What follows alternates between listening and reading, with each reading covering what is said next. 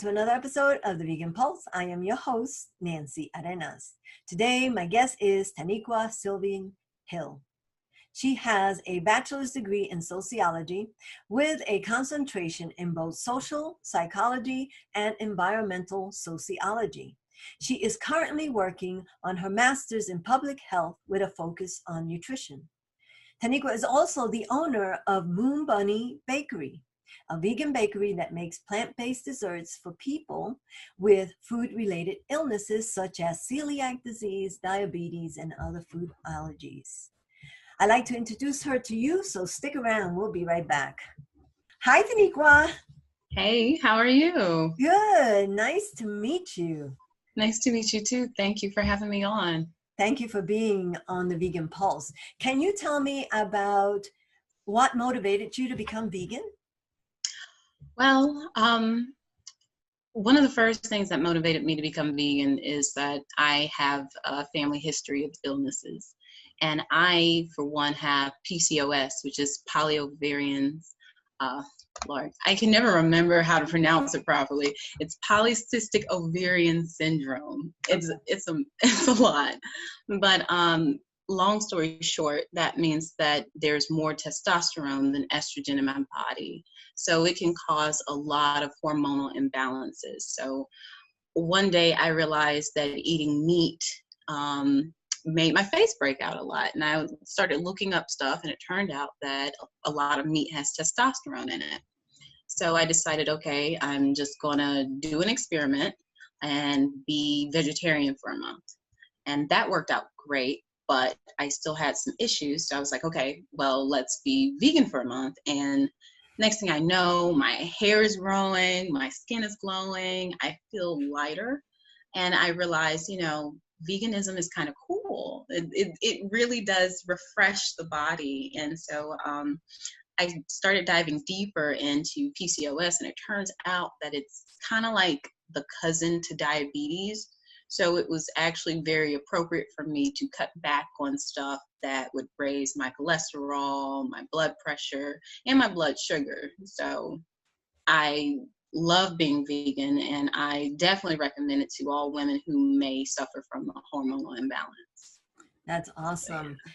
Now, you have an interesting background, and I'd like you to tell me and the viewers, why do you think people need to understand how their environment, both geologically,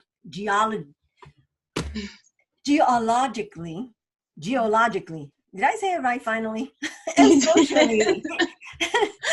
Why is it important for us to understand the environment? There you go. I'll just leave it at that. To me, having that bond with nature can really get you out your comfort zone. And what I mean by that is if you take the time to learn more about your environment and who and what thrives in it, while also knowing and comparing those areas to different parts of the world, it can put you in a position of developing a deeper sense of curiosity towards not just your environment, but yourself and the universe. I'll use myself as an example. I grew up in the South here in Greensboro, North Carolina. We don't have mountains, we don't have trees, we just have heat. However, at a younger age, like maybe around 6 or 7, I took the time to study all the various bugs in my backyard. I was the only girl that loved playing with worms. And I would compare a lot of those creatures to what I saw on TV. And that drove me to learn more about the various ecological systems of our world and how I as a human being can connect with them. I think if I hadn't taken that time to really explore myself and the world around me, I wouldn't have appreciated how beautiful our existence really is. I think we as humans, we sometimes forget the fact that we created civilization to survive. But now at this point in human history, we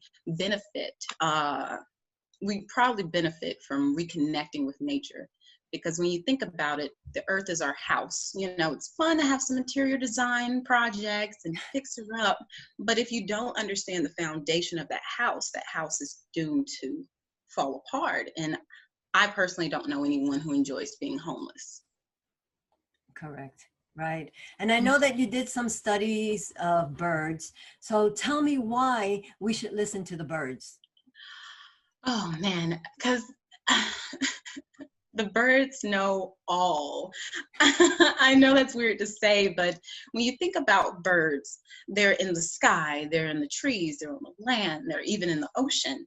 They can tell us everything if you just observe them and watch them, because they know the migrational patterns, they know the earth's behavior.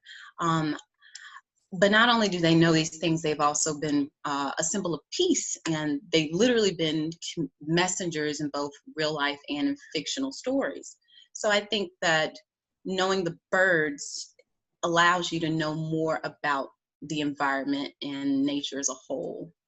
And all you got to do is just simply listen to them. You don't even have to study them to a full intent, but just simply listening to them and watching them, you learn a lot about our world and us as human beings and how the world just functions. That is beautiful, really. Thank you.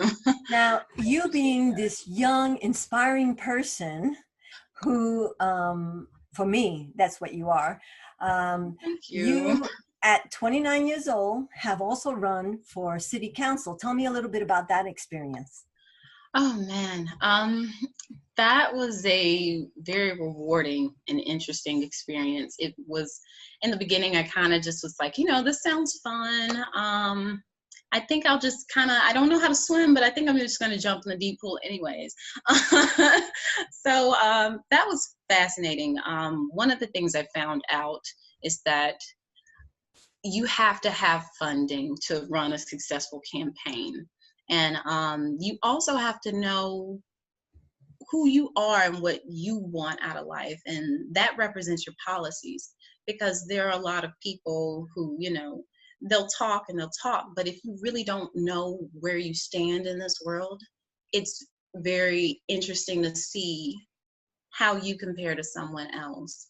And when you do know where you stand in this world, it's very fascinating to see how many people actually agree with you. It's definitely a social psychological sort of experience. I really enjoyed it. I got to meet a lot of wonderful people, and I may do it again when I'm a bit more prepared, when I'm not just, trying to doggy paddle in the deep blue sea. So yeah. That's awesome. The fact that you had the courage to do it, the fact that you are a young individual who stepped up to try to change some things, I think that's awesome. And I think that that should inspire other people, whoever they are, wherever they are, to do whatever they can. And even, like you said, even jump into the fire and maybe brush off the cinders and just keep going, because that's the only way we learn and continue. Yeah. We have to have courage. Yeah, right. Because life, the only thing you can really expect out of life is that it's chaotic and it's always going to be an unknown, because we always live in the present. We never live in the future. So the future is always unknown. So it's like, okay, just do what makes you happy and just go for it. Mm-hmm. And if it doesn't work out, it's okay. You're not dead.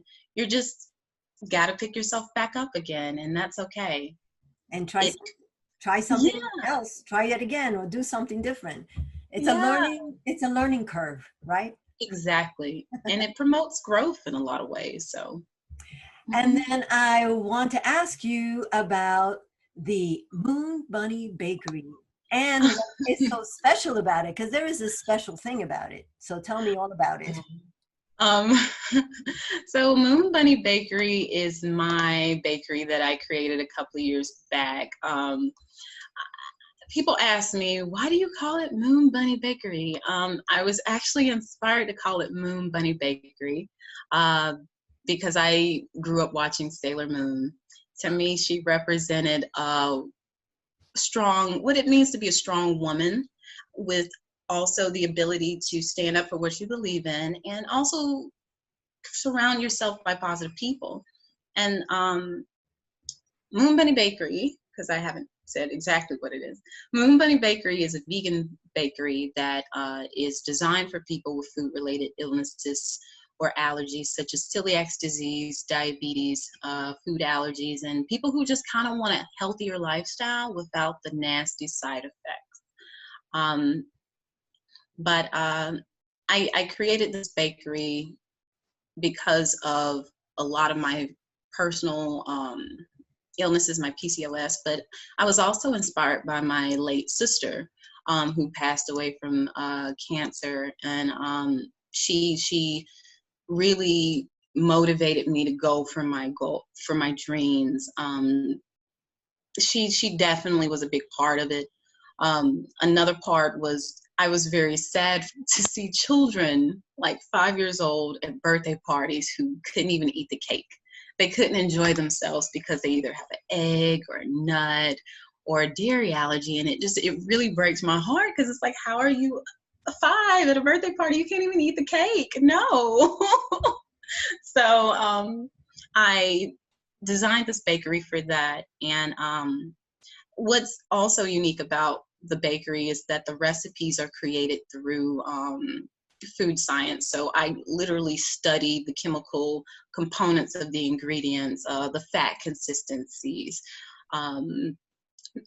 figuring out how to use the best butters, the best oils, the best binders, while also promoting a healthy lifestyle and adding healthy ingredients. So it's something very special to me, and it's something that I hope that the community finds special as well, because it's for us as human beings to nourish our bodies, be vegan, and still indulge. That's awesome. And I just, when I heard you say it, I want to say it. Moon Bunny Bakery, Moon Bunny Bakery, Moon Bunny Bakery. It's just a great song. I like it. Thank you. and you are working on a website for that, right? Yes, I am. Oh, especially because of this COVID thing. And we'll have information about you, how to get in touch with you. And then maybe as you develop your outreach and stuff like that, you'll be able to offer it to all of us, because I want a Moon Bunny Bakery cake cookie or something. In the meantime, while the website's still being worked on, definitely check out the Facebook page. It has pictures, it has my growth, because the more you learn about food science and baking, the more you grow as an artist. So I'm hoping that once that website's ready, we're ready to just get it going. Awesome. Taknequa, thank you so very much for taking the time to be on the Vegan Pulse. I surely appreciate you. You're an inspiration. You really, truly are. As I said, this is about people, everyday people, going out there and trying to promote veganism, trying to promote compassion, and anyone can do it.